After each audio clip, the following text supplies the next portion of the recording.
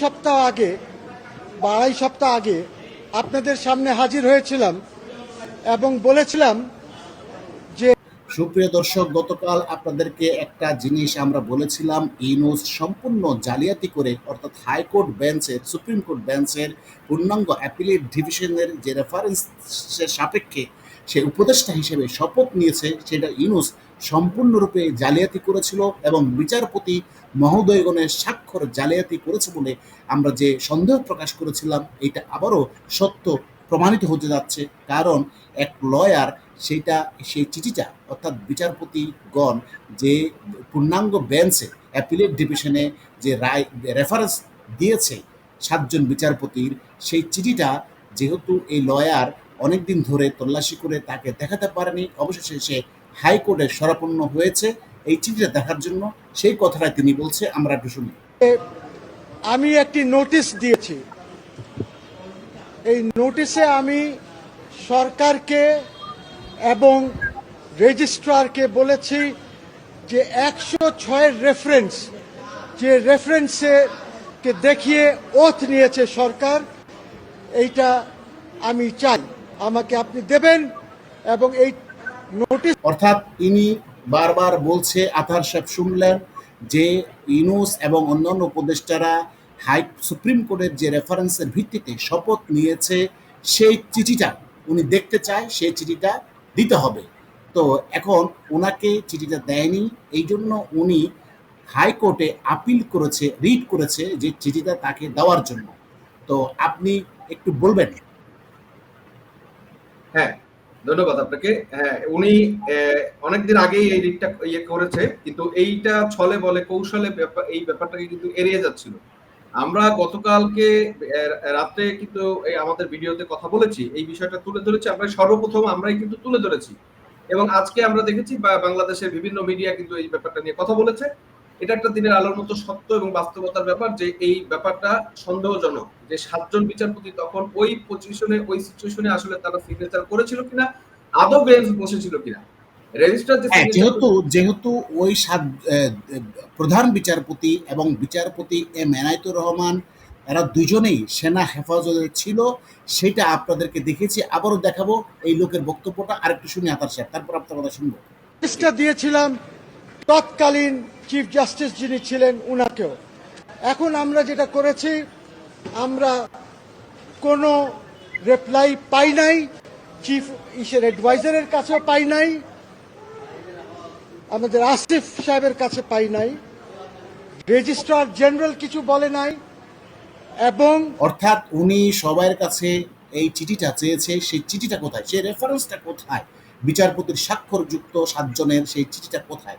ওনার সন্দেহ, আমাদের সন্দেহ একই জায়গায়। যেহেতু প্রধান বিচারপতি ছিল সেনা ছায়ায় বন্দী, তিনি কি করে স্বাক্ষর করলেন, কি করে বেঞ্চ গঠন করলেন, সেই সন্দেহটা ওনার মধ্যেও দানা বেঁধেছে, সেই কথাটাই বলছে। আর একটু শুনে। প্রাক্তন চিফ জাস্টিস উনিও কিছু উত্তর দেন নাই, বলেন নাই। কাজে আমাদেরকে এই রিট পিটিশন ফাইল করতে হয়েছে। আমি পিটিশনার এবং আমি মনে করি যে এই যে 106-এর রেফারেন্স ছিল, এইটি একটি ভুয়া রেফারেন্স। কোন এবার দেখেন আতার হালদার, উনি কিন্তু বিচারপতি ওবায়দুল হাসান কিছু বলেন নাই এবং উনি নির্দ্বিধায় বলছে যে 106-এর যে রেফারেন্স সংবিধানের, সেটা একটা ভুয়া রেফারেন্স। বিচারপতিরা এই ধরনের কোনো চিঠি ইস্যু করে নাই, কোনো বেঞ্চ গঠিত হয় নাই, রেফারেন্স যায় নাই। আমি বিশ্বাস করি যে কোনো ওপিনিয়ন অ্যাপেলেট ডিভিশন দেয় নাই। আমাদের কথাই সত্য হলো, আপনি শুনলেন গতকাল যেটা বললাম, কোনো ধরনের কনসার্ন অ্যাপিলিয়েট ডিভিশন দেয় নাই, উনি এই কথাটা বলছে। এবং এখনো পর্যন্ত আসিফ নজরুল প্রধান উপদেষ্টা সেটা দেখাতে না পারার কারণে তিনি রিট পিটিশন ফাইল করেছে হাইকোর্টে সেই চিঠিটা দেখার জন্য। এখন ইউনূস তো মহাসংকটে পড়বে, একটু দেখি। এইটা মন্ত্রণালয়ের থেকে বা অন্য কোনো জায়গার থেকে লিখে আনা হয়েছিল এবং সেটাকে ভিত্তি করে জজ সাহেবদের থেকে সই নিয়ে, ওই যে 6 জন যারা পরে রিজাইন করেছে ওদের থেকে সই নিয়ে এই রেফারেন্স সন্ধ্যা 7টার সময় অর্থাৎ দেখেন এনে আতার হালদার 9টার সময় ওথ হয়েছে। আতার হালদার আপনি দেখলেন কত বড় জালিয়াতি ইউনূস করেছে, যে 7 জনের নাম উল্লেখ করেছে তাদের কাছ থেকে চিঠিটা তিনি না পেয়ে হাইকোর্টের দ্বারস্থ হয়েছে। আমি সেই চিঠিটার একটা কপি প্রিয় দর্শক আপনাদেরকে আবার একটু দেখাই। আমার কাছে সেই চিঠিটা আছে, কিন্তু সেখানে তাদের একটা চিঠিটা দেখি আগে, তারপর আপনাদেরকে আমি বলি। সেটা হলো এই দেখেন আপনারা, আতার হালদার আপনি কি দেখতে পাচ্ছেন সেই চিঠিটা? হ্যাঁ, আমি দেখতে পাচ্ছি। হ্যাঁ, চিঠিটা একটু বড় করি, বড় করলে এই যে চিঠিটা আপনি একটু আমাকে সংকেত দিবেন দেখা যাচ্ছে কিনা। আর এই একটু দেখেন, বড় করতে হবে। হ্যাঁ, হ্যাঁ, ঠিক হ্যাঁ, আছে। এই দেখেন এখানে যে রেফারেন্সের কথা হয়েছে সেখানে ওবায়দুল হাসান বিচারপতি এবং এনায়েতুর রহিম, তারপর আরো 7 জন, আশরাফুল ইসলাম, আবু জাফর, এখানে স্বাক্ষর করেছে রেজিস্ট্রার জেনারেল, অর্থাৎ এটা সত্যায়িত কপি। তিনি বলছেন, দাবি করেছেন রেজিস্ট্রার জেনারেল সুপ্রিম কোর্টের যে 7 জন বিচারপতি এখানে স্বাক্ষর করেছে, কিন্তু আমরা দাবি করেছিলাম সেই স্বাক্ষরকৃত চিঠিটা কোথায়। সেই স্বাক্ষরকৃত চিঠিটা এখনো পর্যন্ত দেখাতে পারে নাই।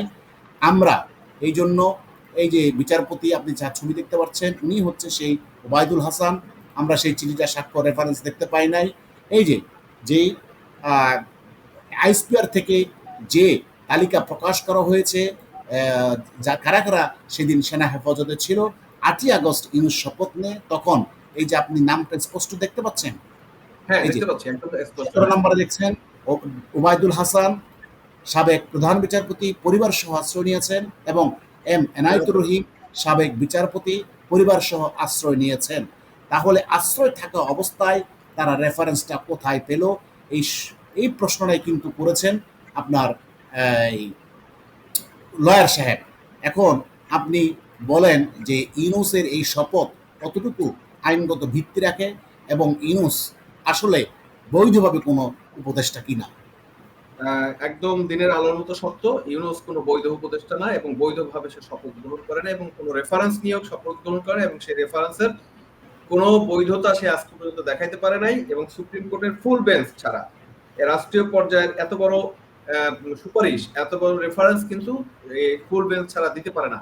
রাষ্ট্রপতির নামে যেটা বলা হয়েছে সেগুলো আসলে সবকিছুই ভুয়া প্রোপাগান্ডা। এই যে আসিফ নজরুলরা এগুলোকে মেটিকুলাসলি প্ল্যান করে এগুলো সাজিয়েছে। তার মানে স্পষ্ট করে আপনি বলতে চাচ্ছেন সম্পূর্ণরূপে অবৈধভাবে জালিয়াতি করে এরা শপথ নিয়েছে, যেটা ফৌজদারি অপরাধ এবং রাষ্ট্র একটা দস্যুতার কবলে পড়েছে, তাই তো? হ্যাঁ, রাষ্ট্র দখলে আছে, এখন যারা আছে তারা দখল করে আছে, এবং সেখানে আচ্ছা, আমরা এই ওনার ওনার কথা কি আরেকটু শুনি, উনি কি বলে, তাহলে আরেকটু বুঝবো। কাজী যদি রেফারেন্সটা না থাকে এবং অ্যাপেলেট ডিভিশনের রেকর্ডে রেফারেন্স না থাকে, তাহলে এই oath as an interim government কিভাবে ওনারা নিলেন? আমার কথা হচ্ছে যে ইন্টারিম গভর্নমেন্ট আপনারা কেন করতে গেলেন? অর্থাৎ এখন স্পষ্ট করে আমরা আরো একটা জিনিস বুঝলাম, উনি একজন হাইকোর্টের লয়ার, তিনি বলছেন রেকর্ডও সেটা খুঁজে পায়নি। অর্থাৎ হাইকোর্ট থেকে যখন কোনো রেফারেন্স বের হবে, কোনো রায় বের হবে সুপ্রিম কোর্ট থেকে, অ্যাপিলেট ডিভিশন থেকে, সেটা রেকর্ডে অবশ্যই থাকবে। ইনি স্পষ্ট করে বলছেন সেটা রেকর্ডও পাওয়া যায়নি, এবং উপদেষ্টা ইউনূস দিতে পারেনি, আইন উপদেষ্টা আইন মন্ত্রণালয় সেও প্রোভাইড করতে পারেনি। এই জন্য শেষ পর্যন্ত তিনি হাইকোর্টের দ্বারস্থ হলো, যে অর্থাৎ তিনি আদালত পর্যন্ত চলে গেছেন যে এই চিঠিটা আমাকে দেখানো হোক, অন্যথায় সম্পূর্ণরূপে স্পষ্টভাবে দিনের আলোর মতো পরিষ্কার হবে ইউনূস একটা জালিয়াত চক্র, এবং আসিফ নজরুল উপদেষ্টা যারা আছে তারা সম্পূর্ণরূপে জালিয়াতি করে শপথ নিয়েছে, সম্পূর্ণরূপে তারা অবৈধ। আধার সাহেব, আপনি যদি কিছু সংযুক্ত করতে চান। অবশ্যই 100% অবৈধ হিসাবে ট্রিট হবে, এবং তারা, আমি মনে করি অবৈধর চেয়ে বড় কথা হচ্ছে তারা এখন দখলদার হিসাবে আছে। তো আমি মনে করি যে এই পরিস্থিতিতে সেনাবাহিনী বা সেনাপ্রধান এবং রাষ্ট্রপতিকে সঠিক সিদ্ধান্ত নেওয়া উচিত, এবং এই ইন্টারিম সরকারকে বরখাস্ত করে অচিরেই তাদেরকে বরখাস্ত করার কিছু নাই, দখলকে উচ্ছেদ করতে বলেন। হ্যাঁ, দখল উচ্ছেদ করে তাদেরকে গ্রেফতার করে আইনের আওতায় আনা উচিত। আমিও মনে করি প্রিয় দর্শক, এবং সেনাবাহিনীর প্রতি উদাত্ত আহ্বান থাকবে, যারা জালিয়াতি করে ক্ষমতা আর মসনদে দখল করে আছে, এই দখলদারকে উচ্ছেদ করে তাদেরকে গ্রেফতার করে আইনের আওতায় নিয়ে হ্যাঁ, আসা এবং এখানে নতুন এখানে এখানে সেনাবাহিনীর কিন্তু সংবিধানকে রক্ষা করা অন্যতম দায়িত্ব সেনাবাহিনী। সুতরাং হ্যাঁ এবং সেইটা সেনাবাহিনীর এই স্টেপ এখন সময়ের দাবি। হ্যাঁ সেনাবাহিনীর উপর দায়িত্ব বর্তায় বাংলাদেশ সংবিধানকে সমুন্নত রাখা এবং অক্ষুণ্ণ রাখা তাদের দায়িত্বের উপর পড়ে। আশা করি সারা দায়িত্ব পালন করবে, এই দখলদারকে গ্রেফতার করে আইনের আওতায় নিয়ে আসবে এবং নতুন কোনো নিরপেক্ষ ব্যক্তিকে দিয়ে দেশের ক্ষমতা হস্তান্তর করবে, দিবে যথাযথ প্রক্রিয়ায়, আইনি প্রক্রিয়ায়, যাতে সংবিধান শূন্যতায় দেশ না পড়ে একটা সিভিল ওয়ারের দিকে এগিয়ে না যায়, সেই প্রত্যাশা থাকবে সেনাবাহিনীর প্রতি। ধন্যবাদ সবাইকে। আবারও কথা হবে অন্য কোনো বিষয় নিয়ে।